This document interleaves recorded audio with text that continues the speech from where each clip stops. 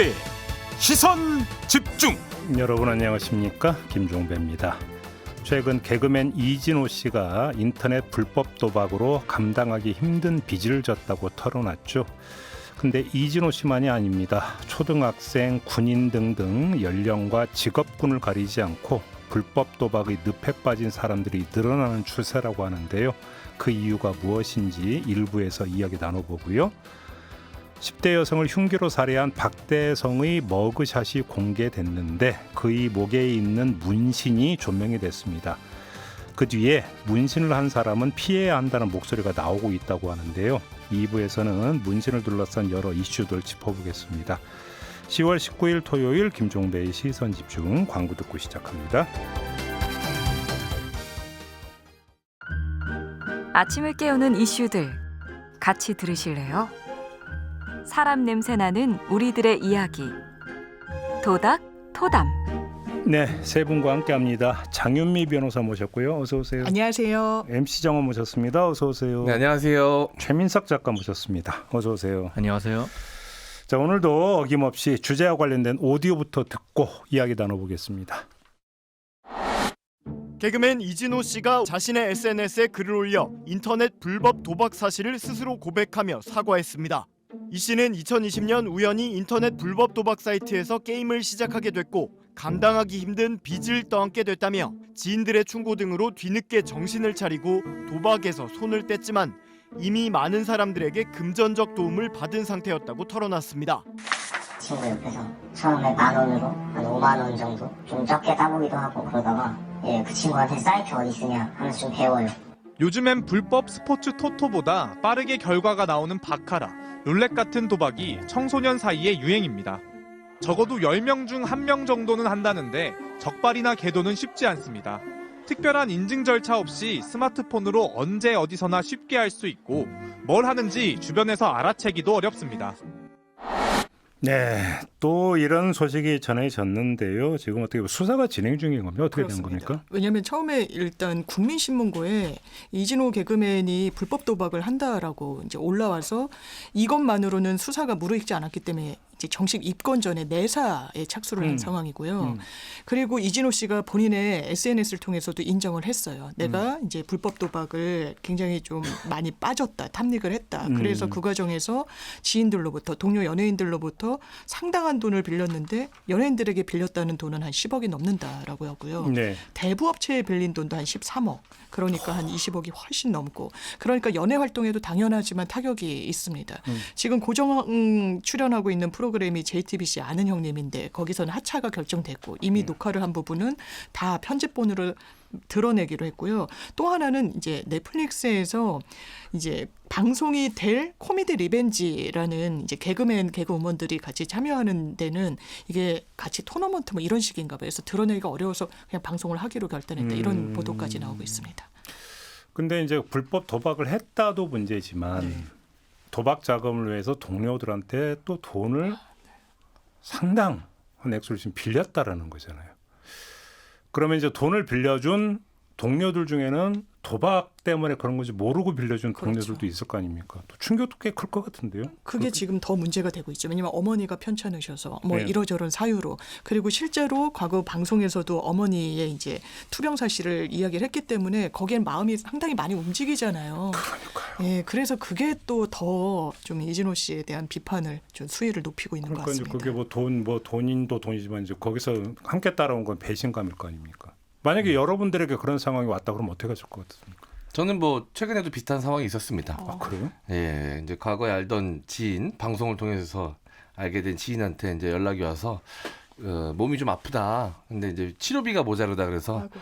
소액을 좀 빌려줬죠. 받을 생각 없이. 근데 또 연락이 오더라고요. 예, 근데 이미 소문이 나 있었습니다. 아, 그럼 그 경우에 또 도박입니까? 그렇게 소문이 나 있더라고요. 예, 그래서 예. 더 이상은 안 되겠다 싶어서 그냥 차단하고 연락을 안 받았습니다. 예. 잘하셨네요. 그럼 아니 그러니까 그 돈 빌려달라고 그러는데 그게 도박 때문인 줄 알면 그건 빌려주면 안 되는 거죠 무조건. 네. 사실은 그런 근데 거잖아요. 이제 심증만 있지 뭐 확증할 수는 없는 거니까. 네. 그래요. 우리 최 작가님은 어떻게 하실 것 같습니까? 저는 불행인지 다행인지 돈이 별로 없어서 일단 연락이 왔을 때 제 상황을 이제 솔직하게 얘기를 하고 네.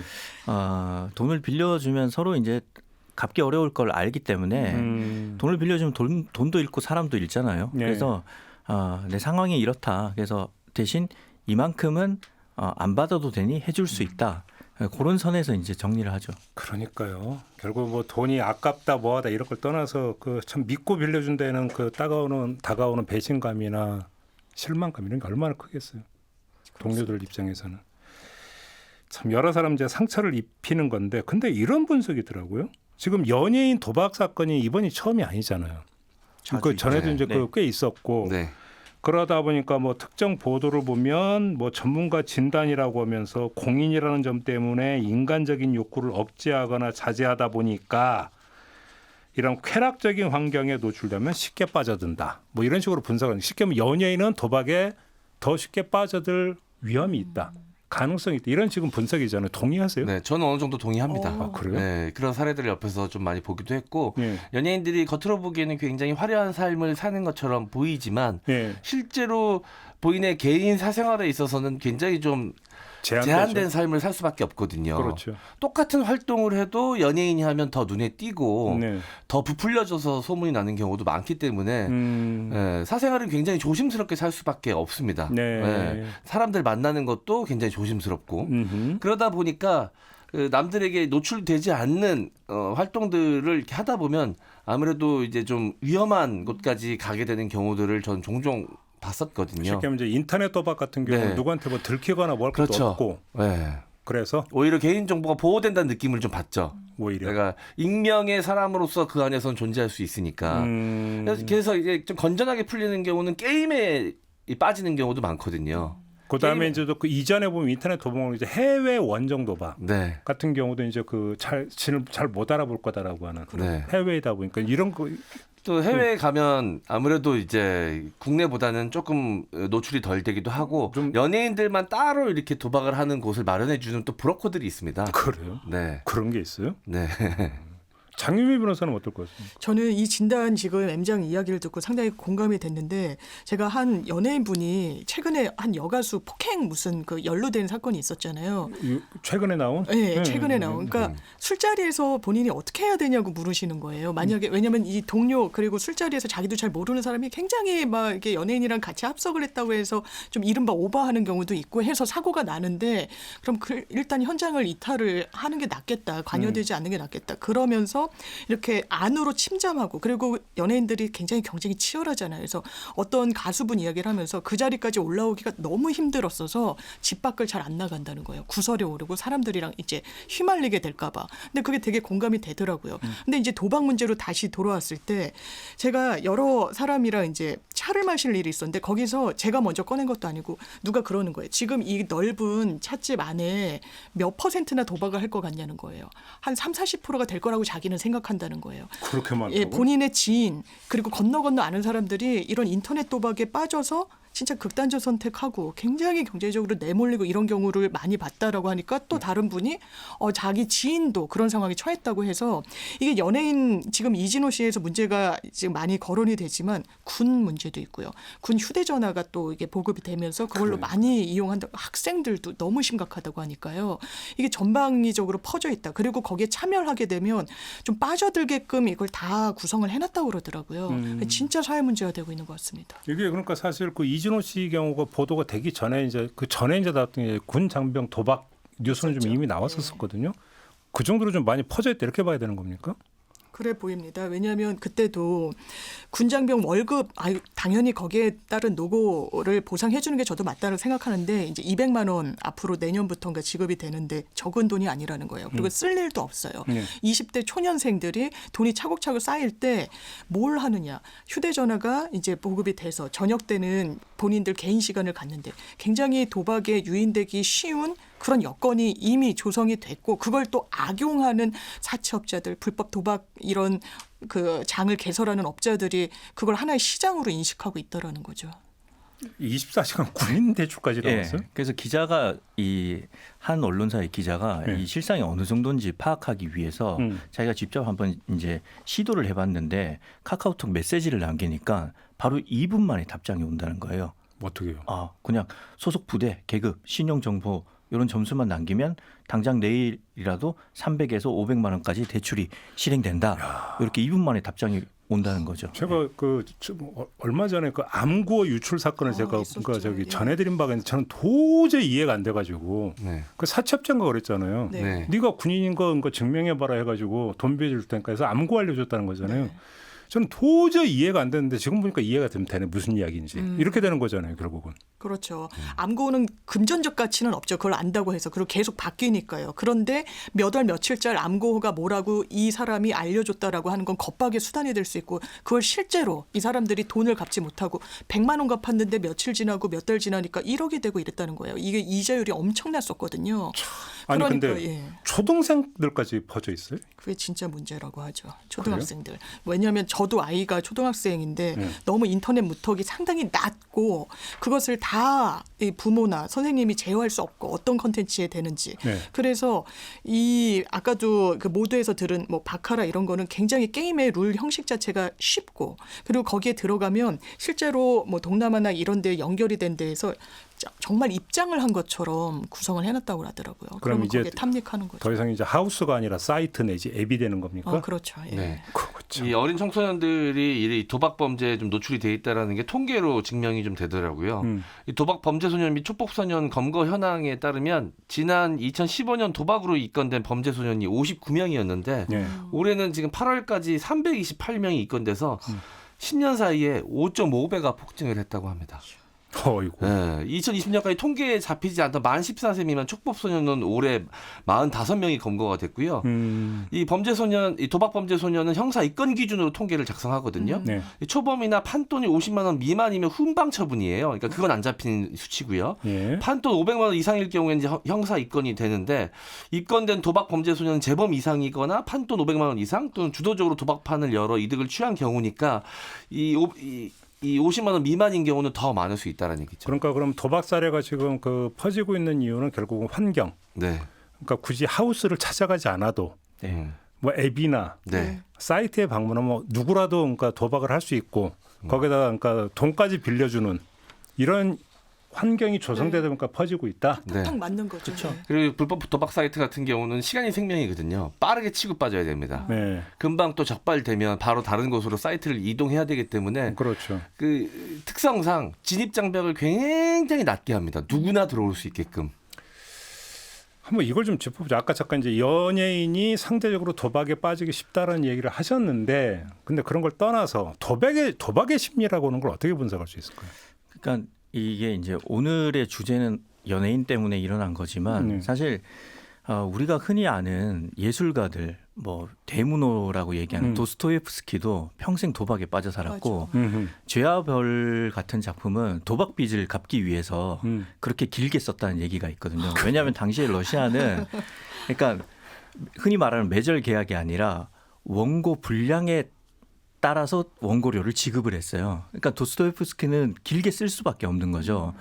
모차르트도 평생 도박 빚에 시달렸고, 뭐 해밍웨이는 경마 광이었고, 그런 사례는 뭐 수도 없습니다. 심지어 뭐 프란시스 베이컨 유명한 철학자의 후손 중에 그 동명 화가인 영국 화가 프란시스 베이컨이 있어요. 이 화가는 도박에 너무 빠져 살아서 그 모나코에 몬테카를로로 아예 이사를 해서 4년 동안 거기 살면서 도박을 했어요. 아이고. 그리고 또 이 예술가들과 연예인은 좀 공통점이 있습니다. 그러니까 뭔가 하나에 극단적으로 빠져서 거기에 몰입해서 하다가 성공했을 때 돈이 많이 들어오죠. 그런데 자신의 그 공허함과 허탈함을 달랠 수 있는 방법들이 사실상은 건전한 취미가 없는 사람은 술과 유흥 혹은 약물 아니면 도박인데 약물은 진입 장벽이 높죠. 해서는 안 된다는 걸 평범한 사람들은 누구나 알고 있고. 근데 이제 도박이 이제 쉬운 거고 그런 식으로 보면 그 흔히 아는 맛집 중에 보통 맛집은 이제 1세들이 하잖아요. 어머니나 아버지가 맛집을 이룩하면 2세들은 현금이 매일 엄청나게 들어오는데 대부분 남들이 근무하는 시간에 남들이 쉬는 시간에 카운터에 서서 근무를 하고 현금은 많고 뭐 놀 게 없다는 거죠. 예, 유흥은 몸이 바닥나고 그러다가 이제 도박에 빠지는데 아무튼 도박이 왜 빠지냐? 이 사람의 성향과도 좀 상관이 있는데 네. 그러니까 담즙이 많은 우울 기질을 가진 사람들이 좀 더 많이 빠질 수 있고 왜냐하면 삶이 흥분되지 않고 지루하고 그런 대상인데 도박에 들어가면 뭐 몇 분 만에 뭐 엄청난 판돈이 오가니까 굉장히 많은 도파민이 분비되면서 짜릿함을 느끼는 거죠. 심지어 이겼을 때는 짜릿한데 졌을 때 더 짜릿함을 느낍니다. 왜냐하면 만회해야 되니까. 그래서 승부욕이 자극이 그렇죠. 그래서 졌을 때 이건 절대로 그 서사를 부여하자는 게 아니라 우리가 상황을 이해하자는 차원에서 말씀을 드리는 건데 지면 도박에서 더 빠져나올 수가 없는 거죠. 다음에 가서 이겨야 되고 돈을 만회해야 되니까. 그러다 보면 삶이 이제 역전이 돼서 지면서도 더욱더 내가 살아있는 생생함을 느낀다. 이게 도박에 빠지는 큰 이유 중에 하나인 거죠. 그러면 도박의 심리와 게임의 심리는 비슷하다고 보십니까? 어떻게 보십니까? 게임은 사실 뭐 게임도 흔히 말하는 인터넷 용어로 이제 현질, 현금질이라고 해서 돈을 어느 정도 쓰기는 하지만 근데 도박은 본질적으로 아예 처음부터 돈을 따기 위한 행위잖아요. 그러니까 게임의 중독은 도박의 중독보다는 훨씬 낫다고 저는 봅니다. 그러니까 뭐 거기에 들어가는 돈 이런 문제를 떠나서 네. 어떤 거기서 얻고자 하는 심리적 효과라고 하는 측면에서는 조금은 다른 것 같아요. 도박 같은 경우는 이제 일확천금을 생각하고 하는 건데 그래요. 게임 같은 경우는 그 안에서의 사회거든요. 그 사회 안에서의 우월성, 나의 높은 지위를 유지하고 싶은 욕망입니다. 그래요. 제 캐릭터를 키워서 남들한테 인정받고 싶은 인정 욕구 심리이거든요. 근데 도박은 일확천금이니까 네. 조금 결이 다르죠. 그렇죠. 그래요. 게임은 명백히 그 자신의 계급을 올리고 싶은 욕구예요. 스포츠 게임 같은 경우는 뭐 그 안에 대회가 있으니까 우승하고 싶은 욕구. 그다음 뭐 흔히 이제 공성전을 펼친다고 얘기하는 그 온라인 게임은 승리할수록 자기의 계급이 자꾸 위로 올라가니까 나중에 성주가 되니까 이제 네. 그 상승 욕구죠. 공통점은 쾌락을 추구한다는 점에서 같지만 맞죠. 예. 쾌락의 목표가 좀 다르다. 네. 네. 연예인들 같은 경우 저도 이제 무대에 서는 직업이지만 무대에 오르면 정말 엄청나게 많은 도파민이 분비가 되거든요. 그래서 굉장히 희열을 느낍니다. 네. 게다가 또 성공적인 무대를 마치고 나면 그 도파민의 수치는 더 높아지죠. 네. 근데 그 도파민 수치를 계속해서 유지한다는 건 불가능합니다. 내려오고 나고 일상생활로 돌아오면 그 간극이 너무나도 크거든요. 외롭고 거기서 쓸쓸하고 오는 외로움, 공허하죠. 허탈감이 엄청나요. 노래로도 있잖아요. 연극이 끝나고 난 뒤 나 홀로 무대에 남아. 그 쓸쓸함이 굉장한데 그걸 좀 건전하게 취미나 주변의 가족들 건전한 대인관계를 통해서 풀면 문제가 없지만 이제 그 다른 방식 도박이나 마약이나 이런 걸로 그 간격을 채우려고 하면 이제 큰 문제가 생기는 것이죠. 그럼 여기서 또 진행자의 분본을 망각하고 새길로 잠깐만 빠져서 장유미 변호사께 질문을 드리고 싶은데 도박하면 전통적인 논쟁이 하나 있습니다. 점당 100원짜리 고스톱은 도박이냐 아니냐. 판결도 많이 엇갈렸던 걸로 제가 기억하고 있는데요. 어떻게 정리를 해야 될까요? 이게 일회성, 유희성으로 하면은 이게 사회상규에 크게 벗어나지 않는다라고 해가지고 처벌하진 않는데요. 형법상 도박은 이제 두 가지로 법정형을 정하고 있는데 일반 도박 이거는 실형 아예 법정형이 없어요. 벌금형만 있어요. 1,000만 원. 근데 상습 도박 이러면 3년 이하의 징역형까지 규율을 하고 있는데 네. 그러니까 정말 하나의 승부로 단순히 재미가 아니라 지속성을 가지면서 계속해서 한다. 이러면 그건 비난 가능성이 매우 높다라고 봐서 형사 처벌 대상인 거고 그러면 이렇게 처음에 제가 아는 분이라는 사람도 2,000만 원을 인터넷에서 땄다는 거예요. 그러니까 눈이 돌아갔다는 거예요. 근데 그게 지속되지 않거든요. 그러면 저희가 회생파산 사건을 할 때 보면 빚이 그냥 몇 억 대는 적은 편이고요. 10억 원, 몇십억 원 이렇게 갑니다. 그러면 회생파산 이거 항상 빚을 탕감해주고 갚게끔 도와주는 제도다 보니까 탕감률이 상황에 따라서 상당히 많아지는데 도박빚은 거의 탕감해주지도 않아요.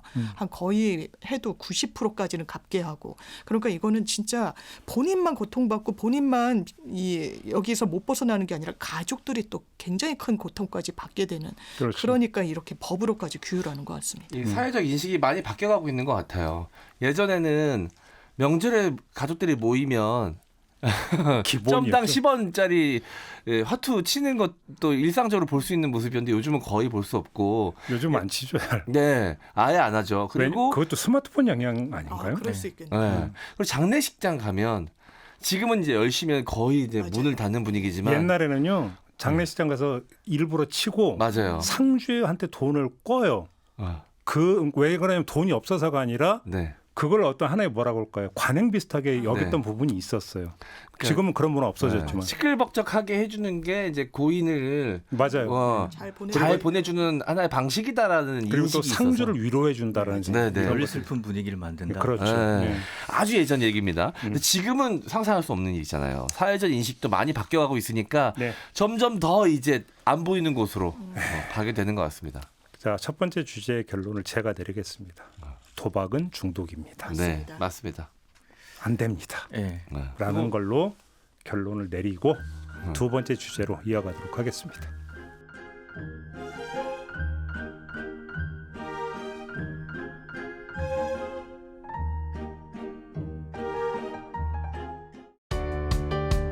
때로는 날카롭게, 때로는 삐딱하게, 그러나 매 순간 섬세하게 시선이 필요한 우리 사회 곳곳을 살펴봅니다. 김종배의 시선집중. 네, 토닥토담 세 분과 함께하고 있습니다. 최민석 작가, MC 장원, 장유미 변호사 세 분과 함께하고 있는데요. 두 번째 주제도 오디오 듣고 이야기 나눠보겠습니다. 일반적으로 문신을 목에다 정면에다 하지는 아니하죠. 결국은 보는 사람에게 공포를 유발하려는 의도로 밖에는 읽혀지지 않는 그런 문신을 이 사람은 갖고 있어요. 아마도 그 전에도 폭력적인 캐릭터였을 가능성이 무지하게 높고, 지난달 전남 순천에서 일면식도 없는 여성 청소년을 흉기로 찔러 살해한 박대성의 신상이 공개됐을 당시 온라인에서는 박대성 목 정면의 문신이 큰 주목을 받았습니다. 그러면서 과거 목에 문신이 있었던 다른 흉악범들까지 재조명되고 있습니다. 2018년 PC방 살인사건 가해자 김성수, 2019년 신림동 강간 미수사건 가해자 조모 씨 모두 목 왼쪽에 문신이 있었는데요. 네티즌들은 이 사건들을 언급하면서 목에 문신 있는 사람은 무조건 걸러야 한다고 주장했습니다. 반면 상처 등 콤플렉스를 가리기 위해 문신을 할 수도 있다며 지나치게 일반화하여 문신 자체를 폄하해서는 안 된다는 의견도 나오는 상황입니다. 네, 오늘 문신 이야기를 좀 한번 해보죠. 일단 박대성의 문신, 얘기가 어디까지 뻗어나가고 있는 겁니까? 네. 많은 분들이 알고 계시겠지만 전남 순천에서 여성 청소년을 별다른 이유 없이 살해한 박대성에 대해 이수정 경기대 범죄심리학과 교수가 이달 초 라디오 인터뷰를 통해서 이 박대성의 과거 폭력 전과와 문신에 주목을 해야 된다라고 이야기를 하면서 이슈가 됐습니다. 이 교수는 일반적으로 문신은 목에, 그것도 정면에 하지는 않는다라면서 보는 사람에게 공포를 유발하려는 의도라고 분석을 했습니다. 종합했을 때 박대성은 이전에도 폭력적인 캐릭터였을 가능성이 상당히 높다라고까지 이야기를 했는데요. 이후에 이제 문신을 했던 다른 범죄자들의 사진까지 이제 재조명이 된 겁니다. 이 문신에 대해서 안 좋은 이미지를 갖고 있던 사람들이 여기저기서 이제 자료들을 갖다가 붙이면서 이 이수정 교수의 의견에 이제 동조하는 모습을 보인 것이죠. 근데 어떻게 생각하세요? 그러니까 예를 들어서 목에 문신이 있다. 네. 물론 목 정면에 문신이 있는 게 저는 보지는 못했지만. 네네. 그 유명 연예인 것처럼 목에 문신한 거 봤거든요. 네. 사진 이런데 근데 이렇게 연결 지을 수 있는 걸까요? 어떻게 생각하십니까? 박대성은 왜냐하면 일단 전면에 이 사람이 동종 전과도 상당히 좀 있다고 보도가 나오는데 의도한 문신이라는 생각은 들어요. 왜냐하면 내가 내 몸에 위화적인 그리고 정면에서 인식했을 때 보이는 게 얼굴과 정면부 문신이잖아요. 네. 그러니까 연예인 분들도 목에 문신하고 이제 옆에 네. 레터링을 하고 이런 경우는 네. 저도 보는데 이 사람은 대단히 정면에 굉장히 큰 이런 그 면적으로 했더라고요. 성격이 좀 다르다. 그래서 이거는 좀 상대방한테 나는 그냥 이런 사람이야라고 알려주기 위한 그런 의도가 전혀 없었다고 볼 것인가라는 생각은 좀 들더라고요. 그래요? 네, 사회적으로 문신을 하는 사람에 대한 혐오 정서는 분명히 존재합니다. 특히 인터넷상에 보면 문신을 하는 사람이 누군가 이제 등장을 하면 일단 문신이 있다는 이유만으로 혐오하는 사람들이 있거든요. 이제 소위 문신충이라는 말이 있어요. 그러니까 문신한 사람들에 대한 혐오 표현인데 문신한 사람은 무조건 걸러야 된다. 문신은 과학이다. 문신하는 사람은 무조건 폭력적이고 약간 범죄 성향이 있다라는 인식을 갖고 있는 일부의 사람들이 있습니다. 근데 너무 일반화인 것 같아요. 근데 그런 사람들의 의견을 일반화해서는 안 되거든요. 그러니까요. 근데 이제 이수정 교수님은 이 범죄 심리학을 배우신 분인데 이 굉장히 위험한 사고 방식 논리 구조를 펼치신다고 저는 생각이 들거든요. 그럼 동의를 못 한다는 말씀이세요? 저는 동의하기가 좀 힘듭니다. 네, 그 혐오 정서가 분명 존재한다는 걸 알고 그걸 이용하신 게 아닌가라고 생각이 들 정도로 왜 이렇게 극단적인 말씀을 하셨지? 일반화시키는 말씀을 하셨지라는 의구심마저 좀 들어요. 네. 최 작가님 어떻게 생각하세요? 저는 사실 좀 모르겠어요. 솔직하게 말씀을 드리자면. 그러니까 일반인들에 대한 그 문신의 부정적인 인식 확대에 기여를 했다면 그건 좀 의도가 있는 발언인데 근데 사실 범죄 심리학을 전공하신 분이 그냥 범죄자의 심리만 파악하고 얘기했다면 그거는 그 세계 내에서만 통용되어야 하는 발언인데 여기에 대중들이 자신들의 생각을 덧대면서 흔히 말하는 문신에 이제 벌레 충자를 써서 문신충이다. 문신한 사람 걸러라. 이런 식으로까지 이야기가 확대되니까 좀 이제 논의가 너무 번져진 거죠. 그러면 좀 사례 점검 조금만 좀 더 해보고요. 저희도 이제 여기 한번 다뤘잖아요. 흑백 요리사. 네. 거기에 이제 그 등장한 그 요리사 같은 경우도 문신을 했다고 해서 좀 얘기가 있었다면서 어떻게 된 얘기입니까? 이 얘기는? 그거는 이제 그 나폴리 마피아라는 그 출연자가 결승까지 올랐는데 에드워드 리랑 맞붙게 됐어요. 그때 이제 보통 이제 이런 그 경연대회에서는 각오를 다지잖아요. 각오를 다질 때 이제 좀 세게 말하기도 하는데 좀 세게 말을 했어요. 예. 나중에 이제 자신이 나도 방송을 보면서 내가 너무 세게 말한 것 같아서 그때는 스스로 많이 위축돼서 강해 보이려고 하는 일종의 허세였다. 그렇게 사과를 했는데 거기서 끝나지 않고 나폴리 마피아 이분한테 그 문신이 있었어요. 팔에. 긴 문신이 있으니까 그걸 보고 사람들이 또 문신을 한 사람이기 때문에 저렇게 얘기를 한다. 라고 이제 부정적인 인식을 덧댄 거죠. 그러면 한번 우리가 좀 분석을 해보죠. 그러면 지금 스포츠 선수들 보면 문신을 많이 했더라고요. 네. 그죠? 스포츠 중계 보면 뭐 저는 네네. 야구를 좋아하니까 프로야구 선수 뭐 팔 뭐 전체 문신하고 이런 경우도 많이 있는데 네. 그러면 그 선수들은 폭력성 있고 과시하려고는 문신을 했느냐부터 한번 좀 점검을 해봐야 될 거 아닙니까? 어떻게 생각하십니까? 그다음에 연예인 같은 경우도 네. 그러니까 그 뭐 어느 신체 특정 부위에 제한적으로 문신을 한 게 아니라 분신 그러니까 뭐 일단 문신이라고 타투라고 해야 됩니까? 네. 아무튼 너무 그걸 좋아해서 몸 여러 곳에 어떤 그 문신해가지고 뉴스 탄 연예인도 있잖아요. 네, 네. 그럼 이런 경우는 어떻게 해석을 해야 될 것이냐라는 부분이 있잖아요. 그러니까 문신을 가지고 그냥 너무 섣불리 일반화하는 측면이 있는 게 아니에요. 저는 한번 그 문제 제기가 이건데 네. 어떻게 생각하십니까? 타투를 하는 이유는 다양하죠. 일단 인간은 자기 몸에 대한 그 신체 자기 결정권을 가지고 있기 때문에 자기 몸을 통해서 자신의 정체성이나 자신이 추구하는 가치관을 드러낼 수도 있는 거죠. 예컨대 남미 쪽의 축구 선수들을 보면 그쪽은 이제 가톨릭 국가이다 보니까 십자가가 굉장히 많아요. 그런 자신의 가치관, 정체성을 드러내는 것도 있고 패션의 일환으로 생각해서 사실 우리가 옷은 매일 입고 벗는 거지만 문신은 자신의 가치관 혹은 자신의 몸의 아름다운 어떤 패션 아이템을 평생 장착하는 거잖아요. 그런 식으로 생각하는 사람들도 있고 이제 그 문제가 되었던 범죄자들 경우 일반인들에게 위협감을 주기 위해서 이건 보통 이제 조직폭력배들이 하는 문신의 그 동기인 거죠. 그러니까 등짝, 용문신, 뭐 호랑이 그렇죠. 문신, 흔히 말하는 이레즘이라고 하는 그것. 그래서 우리가 그 문신을 그냥 하나로 획일화시켜서 보는 게 아니라 좀 구분지어서 나눠서 볼 필요는 있다고 생각을 합니다. 네, 이 문신을 바라보는 사람들의 시각도 좀 사람 따라 나뉘어져 있는 것 같아요. 스포츠 선수들 같은 경우도 정말 잘하는 선수나 유명한 선수가 한 타투나 문신에 대해서는 별로 이제 문제 제기를 하지 않습니다. 실력이 뛰어나니까 그 사람 자체를 인정하니까 문신이 크게 문제가 되지 않아요. 근데 실력이 좀 안 좋거나 경기력이 안 좋게 나오면 그 문신을 갖고 이제 문제 제기를 하는 사람들도 나타나요. 저지 축구 운동이나 열심히 할 것이지 문신할 때부터 알아봤다. 이런 식의 이제 알 수 없는 논리 구조가 발생되기 시작하거든요. 그러니까 뭐 예술계나 이 스포츠계에서 이 실력이 매우 뛰어나면 그것 자체로 어느 정도 용서가 되는 부분이 있다가 메시라는 세계적인 선수도 문신이 굉장히 많거든요. 그렇죠. 근데 그 메시 선수의 문신을 갖고 뭐라고 하는 사람은 없습니다. 네. 그런 것처럼 실력이 뛰어난 사람은 면제가 되는 거죠. 그런 걸로부터. 제가 M장 얘기를 들으니까 제가 이제 조직 폭력이라고 해서 그냥 자기가 조폭이라고 해서 조폭인 게 아니라 경찰에서 관리하는 그런 조직 폭력 범죄 단체들이 있어요. 네. 그 사람 제가 상담을 한 적이 있는데 한 명이랑 같이 왔더라고요. 본인 지인이랑. 그런데 그 지인이 온몸에 이레즈미 문신이라고 하는 엄청 문신이 많은 거예요. 여름이었고 반팔인데 그리고 정작 상담을 받는 사람은 그러니까 체격으로는 굉장히 위화감을 줘요. 예, 막 체격적으로.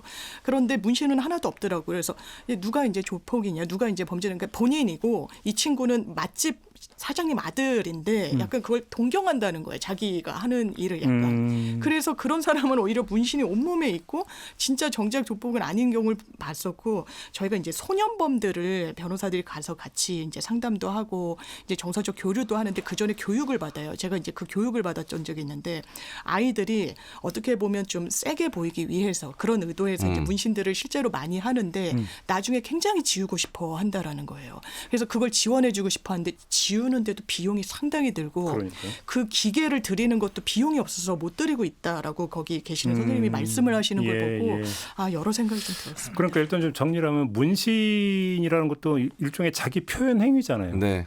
일단 그렇게 전제를 하고 그러면 무엇을 표현하고자 함인가를 따져보면 제가 볼 때는 문신의 원조가 뭔가를 한번 거슬러 올라가면 네. 인디언이라든지 아프리카의 원주민이랑 이런 분들이 보통 부족한 싸움이나 이럴 때 보면 얼굴에 칠해요. 네. 그러니까 전장에 나갈 때 보통 얼굴에 칠하죠. 왜 네. 그러냐면 그거는 강하게 보이기 위함. 그렇죠. 그다음에 적에게 위압감을 주기 위한 일환. 이렇게 놓고 본다면 그리고 문신의 원조를 따지고 들어서 거기서부터 만약에 헤아린다면 문신을 새기는 목적에는 분명히 어떤 자기를 강하게 표현하기 위한 목적이 없다고 볼 수는 없다라는 것이죠. 네. 그건 그러니까 분명히 인정을 해야 되는데 그냥 그거 하나로 전부 다 일반화할 것이냐는 네. 다른 문제 아니냐라는 거죠. 특히 최근에 와서. 네, 맞습니다. 말씀하신 대로 문신의 목적은 여러 가지가 있어요. 자신을 좀 강하게 보이고 싶은 어떠한 과시 욕구의 일환으로 하는 경우도 있고요. 네. 그리고 미용 목적으로 하는 경우도 있습니다. 네. 아주 간단하게 눈썹 문신 같은 경우도 미용으로 하는 거고요. 그다음에 연인의 그 돈독한 애정 관계를 새기기 위해서 하는. 그렇죠. 그렇기도 하죠. 그러니까 그리고 나중에 후회하는. 예쁘고 멋있어 보여서 하는 경우도 있고요. 네. 아니면 특별한 의미를 담아서 내가 이거는 평생 기억하겠다. 나의 정체성 내지는 나의 추억 같은 것들을 내 몸에 영구히 새기는 경우도 있고요. 그럼 연인의 이름을 이니셜로 새긴다. 네. 그러니까 다양한 목적으로 이루어지는데 타투가 이제 과시 욕구에 의해서 하는 경우 이제 어린 이 청소년들이나 이 젊은 친구들이 이제 무리지어 있는데 약간 비슷한 패션 스타일의 문신까지 하면서 주변 사람들 눈살 찌푸리게 하는 행동을 하는 사람들이 문신을 하는 경우들을 종종 우리가 보게 되니까 네.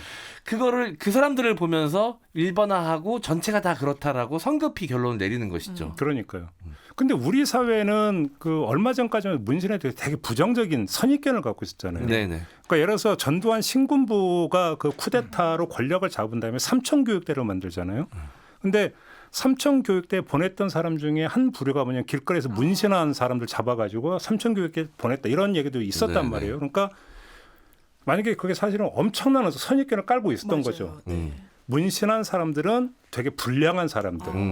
이런 어떤 부정적인 선입견이 깔려 있었던 거고 네. 실제로 우리 사회에 그런 인식이 있었던 건 사실이잖아요. 네. 이건 왜 이렇게 생겨버렸어요? 아니 제가 말씀 들으니까 생각이 났던 게 제가 이제 기자를 했던 것도 벌써 한 20년 전인데 경찰팀 사건 기자라면 그때만 해도 조직폭력배를 검거했다라고 하면 그 사람들을 무통을 다 벗겨서 예, 뒤돌아서게서 사진을 찍어서 기자들한테 보여주고 배포를 했었어요. 네, 맞아요. 네. 이 부정적 인식, 그러니까 문신을 하면 이거는 범죄단체 조직과 연결고리가 있고 이런 사람들은 조심해야 된다는 어떤 위화감을 그냥 이 수사기관이 다 했던 게 어쨌든 제가 기자할 때였으니까요. 그러면 이런 부정적인 인식을 많이 퍼지게 하는 데는 이런 부분도 분명히 작용했겠구나. 네. 근데 지금은 M장 또 최 네. 작가님 짚어주신 대로 많이 바뀐 건 사실인 것 같아요. 자, 이 문신과 타투의 장르가 여러 가지가 있습니다.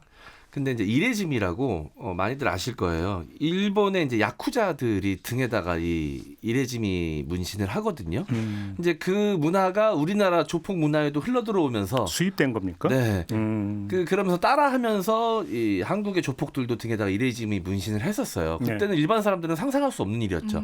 그때 이제 고착된 이미지가 아직까지도 남아 있는 것인데, 근데 요즘은 그 어린 젊은 사람들 중에서 이제 그런 문화를 좀 동경해서 따라하고 싶어서 이레짐이를 하는 분들도 어느 정도 있습니다. 없지 않습니다.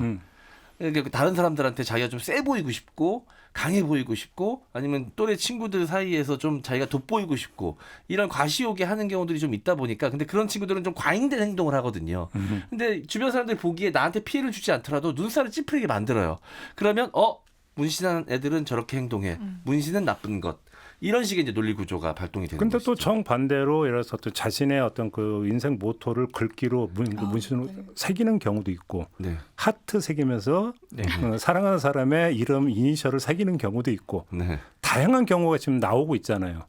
자 그러면 여기서 역시 그러니까 뭐 그냥 다 하나로 이것도 하나의 어떤 표현 행위라고 하면 되는데 그거는 근데 동기는 좀 다른 거 아니겠습니까? 그렇게 놓고 본다면 다르죠. 그러니까 진행자님께서 말씀하신 건 이제 레터링이에요. 그러니까요. 글자를 새기는 거. 네. 보통 이제 좌우명이나 자신의 가치관을 새기는 거고 문신도 이제 올드 스쿨이라고 해서 옛날에는 18세기 후반에 이제 주로 선원들이나 군인들이 불안하잖아요. 바다에 나가서 죽을 줄 모르고 전쟁에 나가서 죽을 줄 모르고 그래서 자신을 지켜주는 일종의 부적처럼 생각을 하면서 문신을 새기기 시작했다고 해요. 네. 그래서 보면 이제 이런 식으로 이제 하다가 이게 이제 점차 확대된 거고요. 뭐 문신의 긍정적인 기능도 있죠. 커버업이라고 해서 살다가 피치 못해서 뭐 상처가 생긴다든지 화상을 입으면 그걸 이제 덮기 위해서 아니면 뭐 백반증 같은 것을 좀 덮기 위해서 문신을 하는 경우도 있는데. 그럼요. 근데 이제 저는 이 사태를 보면서 미적 기준이 다른 것에 대한 충돌이라고 봐요. 그러니까 이레즈미 같은 경우는 옛날에는 일본에서 명백히 야쿠자들만 하는 것이었어요. 그리고 여성들도 야쿠자들이 너 다른데 도망 못 가. 주홍글씨의 개념처럼 마치 사회적 낙인을 찍기 위해서 그 몸에 문신을 새겼거든요. 주홍글씨도 따지고 보면 주홍글씨도 문신인 거죠. 네. 그래서 근데 한국에서 그 문화를 우리는 그럼 스스로 낙인을 찍겠다. 우리 스스로 정체성을 이쪽으로 규정하겠다. 라면서 이제 이런 식의 뭐 용문신, 뭐 잉어, 뭐 호랑이 문신, 뭐 심지어 한 사람의 등에서 그 용과 호랑이가 서로 싸우고 있잖아요. 용호상박. 네, 용호상박인 거죠. 아무튼 그런 문화가 확산되면서 문신에 대한 점차 인식이 선호도가 높아져 갔죠. 우리가 해외여행 가고 해외 많은 축구 스타들 뭐 배우들 보면서 젊은 세대들이 자라면서 이제 정체성의 일환이자 패션의 도구로 생각하면서 문제는 이레즈미에 대한 인식도 바뀌었다는 거예요. 그래서 요즘 이제 일본 선술집이나 일본식 라면 가게에 가보면 이런 문신을 하는 그 조리사들이 많거든요. 그러면서 여기서 그 사람들은 이것이 아름답다고 여기는 거고 일반 사람들이 볼 때는 아직도 과거 조직폭력배들만 하는 문신을 왜 일반 사람이 하고 있냐. 여기에 대한 가치관과 미적 견해의 충돌이 지금 일어나고 있다고 보이는 겁니다. 그러니까 이제 저도 이제 그 헬스를 하니까 헬스장에서 이제 탈의실에서 이제 많은 장면을 보지 않겠습니까? 네. 그럼 정말로 문신한 젊은 친구 많아요. 그렇구나. 뭐 물론 이제 저는 등짝에 용을 그린 그 문신을 아직은 본 적은 없어요. 근데 팔뚝 전체를 문신한 이런 경우는 몇 번 봤어요. 젊은 친구인데.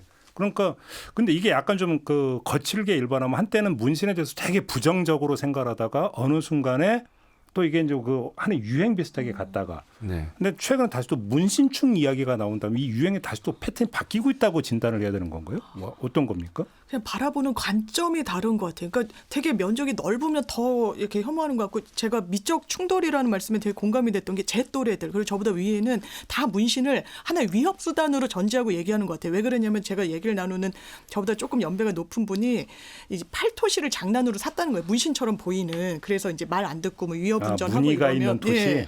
그래서 이걸 팔을 이렇게 넌지시 한번 어느 기회가 있으면 내놓고 싶다. 이렇게 나를 목감들 이런 얘기를 하셔서 고개를 끄덕이게 되는데 어르신께서 예, 약간 저랑 이제 제 또래였습니다.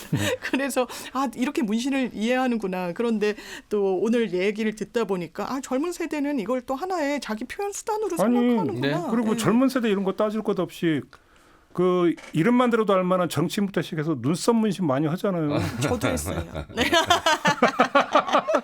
그래요? 네.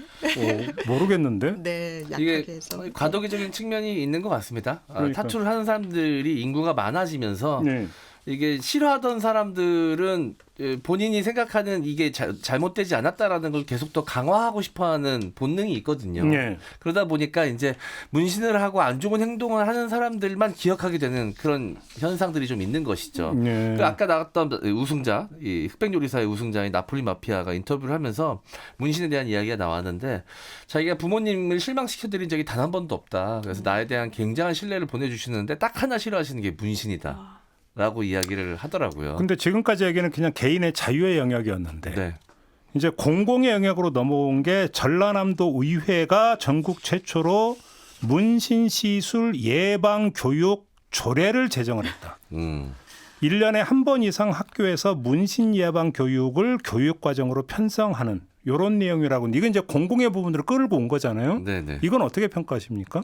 저는 아까 말씀드렸지만 인간이 자기 자신의 몸에 대한 결정권을 갖고 있잖아요. 그렇죠. 예, 그렇기 때문에 이 문신에 대한 것은 예절의 영역이라고 생각을 해요. 그러니까 결국은 이제 타인에게 피해를 주는 시선, 즉 개인의 선호도에 대한 건데 이건 사실 아까 말씀드렸다시피 미적 기준이 다른 거죠. 그러니까 미적 기준이 다름으로 인해서 받는 스트레스를 공동체에 가하는 유해다. 이렇게 지정하기는 어려운 거죠. 여기 예방이라는 단어에 사실은 어떤 인식이 깔려 있는 거죠. 네. 그래서 저는 이게 문신 예방 교육이라고 이렇게 워딩을 쓰는 것보다는 문신은 연구하잖아요. 사실 이건 불가역적이고 비가역적인 겁니다. 그러니까 이런 문신의 특성에 대해서 알려주고 선택권은 엄연한 자기 결정권을 가진 주체인 개인의 몫으로 남겨야지 이것을 처음부터 문신 예방 교육이라고 해서 이것을 절대 악처럼 인식되게끔 하는 것은 철저한 의도가 있다고 봅니다. 그럼 또 하나만 여쭤볼게요. 지금 이제 그 타투이스트 문제가 계속 되고 있잖아요. 이게 또 법의 영역이잖아요. 네네. 그러니까 지금은 이 문신 시술을 할 수 있는 게 의료인으로 한정이 되어 있잖아요. 맞습니다. 현행 법률에는. 그러니까 이거는 뭐냐면 여기에는 어떤 인식이 깔려냐면 문신이라고 하는 것은 의료 행위 이외에는 안 된다라고 하는 인식을 여기에 깔고 있는 거잖아요. 이게 법이 그렇죠. 지금 92년도에 판례가 정해진 이후에 그 뒤로 전혀 이제 한 발짝도 떼질 못했는데 그 당시 판시가 이렇습니다. 의사가 아닌 사람의 문신 시술은 무면허 의료행위예요. 그러니까 몸에 무언가를 새기는 거는 이게 바늘 침으로 하잖아요. 그러니까 위생 관리도 상당히 중요하고 어쨌든 정교하게 해야 되는 건 맞는데 이걸 단순히 정말 의료인, 의사들만 할 수 있는 것인가는 물음표가 많이 생겨요. 그냥 엄청 이게 복잡한 일은 아니고 실제로 대단히 유명하다는 성형외과 피부과 가서 봤더라도 의료인이 하지 않는 경우가 상당히 많거든요. 실제로는요. 네, 현실적으로. 예, 이게 미적으로 또 많이들 접근을 하시기 때문에 거기에 감각에 있는 분들이 이런 시술에는 행하기 때문에 법과 제도와 현실의 괴리가 너무 커서 이거는 정말 그때도 류호정 정의당 의원이 입법 발의를 했던 걸로 기억하는데 좀 그 간격을 좁힐 필요는 분명히 있어 보입니다. 네. 이 문신을 바라보는 사람들의 의견이 극단적으로 갈리거든요. 좋아하거나 싫어하거나 합니다. 그래요. 거의 중간은 없어요? 중간이 거의 없는 것 같아요. 거의 세대에 따라 갈립니다. 네. 관심 없거나 좋아하거나 아니면 싫어하거나 이게 너무 극단적으로 갈리기 때문에 정치인들이 이 부분에 대해서 이야기하는 걸 굉장히 꺼려하죠. 표 떨어지니까. 혹시라도 잘못해서 이제 그 사람들한테 미움 사면 자기 정치적으로 타격을 크게 입을 수 있기 때문에 조심스러운데 아까 변호사님께서 말씀해 주신 대로 현실과 이 법과의 괴리가 너무 커요. 주변에 번화가에 나가보면 타투샵이 너무나도 많습니다. 그러니까요. 다 불법이거든요. 근데 공공연하게 운영이 되고 있고 그거에 대해서 뭐 적발하거나 뭐 이런 경우는 거의 없어요. 다 그냥 이루어지고 있습니다. 그래서 오히려 양지로 끌고 와서 어른들도 타투를 하고 나중에 후회하는 경우가 굉장히 많아요. 좀 더 내가 좀 더 고민해 볼 걸. 왜냐하면 이게 지울 수가 없으니까. 그리고 지우려면 엄청나게 고통스럽고 맞아요. 엄청나게 큰 돈이 들어갑니다. 그러니까 청소년들이 하는 경우에 문제가 생길 수 있거든요. 그러니까 아까 최 작가님 말씀대로 이거 섣불리 선택하지 않도록 그런 것들을 좀 알려주고 정보를 이런 위험성이나 나중에 후회할 수 있는 가능성에 대해서 좀 알려주고 바르게 선택할 수 있게끔 이제 기회를 주는 것이 저는 옳다고 생각하고요. 이 현실과 법 사이의 괴리는 점차 좁혀나가려는 노력이 분명히 필요하다고 봅니다. 그러면 제가 이제 마지막 질문으로 이걸 드리겠습니다. 만약에 이 세 분에게 문신 무료 시술을 받을 수 있는 기회가 온다. 네. 받으시겠습니까? 저는 이미 여러 개의 문신이 있습니다. 그래요? 네. 안 보이는 곳이 어딨구나. 심지어 지인한테 돈을 빌려줬는데 그 갚을 돈이 없다고 그 친구가 타투이스트였는데 타투로 갚는다 그래서 받은 것도 있습니다. 레터링 한 거 아니에요? 언젠간 갚을게. 차용증을 여기다가. 아니요. 받을 돈 금액을 적어놓은 거 아니에요? 혹시? 현재 일에 이렇게. 네. 저는 할 생각은 없습니다. 그래요? 네. 그렇지만 다른 분의 문신과 취향은 존중합니다. 그렇죠. 네. 그게 사실 이게 가장 건강한 생각인 것이죠. 예. 그러니까요. 저는 아이와 그냥 남편 이니셜 정도는 안 보이는데 새길 수 있지 않을까 이 정도 생각은 했죠. 그래요? 네. 네. 알겠습니다. 자, 오늘 이야기는 좀 이렇게 마무리하고요. 세 분 고생하셨습니다. 잘 들었습니다. 고맙습니다. 감사합니다. 네, 김종배의 시선집중 오늘 준비한 이야기는 여기까지입니다. 물러가고요. 내일 아침에 다시 인사드리겠습니다. 고맙습니다.